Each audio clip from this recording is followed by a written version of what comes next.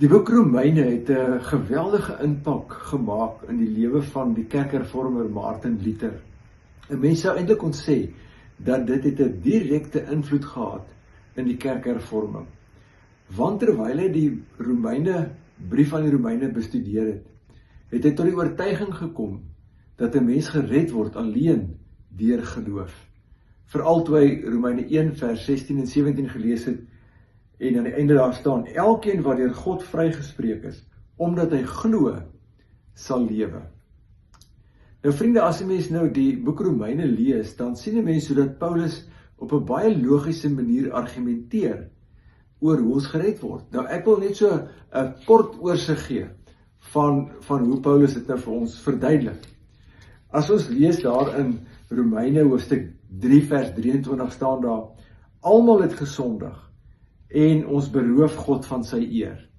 So ons is sondaars, en dan staan daar in Romeine 6 vers 23, die loon van die sonde is die dood. Met ander woorde, ons is sondaars, ons verdien die dood, ons moet gestraf word.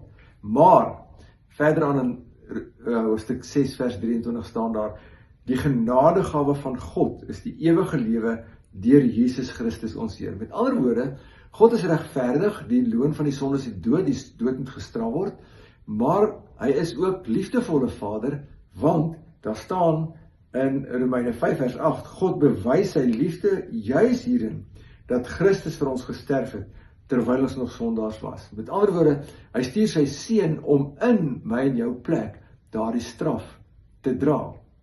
En dan kom ons nou by Romeine 10, waar Paulus sê, elkeen wat die naam van die Here aanroep, sal gered word. En dan baie logies, gaan hy aan weer te sê, maar hoe kan jy hom aanroep as jy nie glo nie? Hoe kan jy glo as jy nie van hom gehoor het nie? Hoe kan jy van hom hoor as niemand vir jou preek nie, of vir jou vertel van hom nie? Hoe kan iemand van hom vertel as hy nie gestuur is nie? Met ander woorde, kom ons draai dit om. Ek en jy is gestuurdes, ons moet vir mense vertel, sodat hulle kan hoor van hom, sodat hulle kan glo, sodat hulle sy naam kan aanroep en gered word op grond van sy genade en deur die geloof. So vriende, kom ons wees daar die boodskapsdraers. Kom ons wees die gestuurdes. Kom ons vertel vir mense dat hulle lewens ook nuut kan word deur Christus. Vrede vir jou.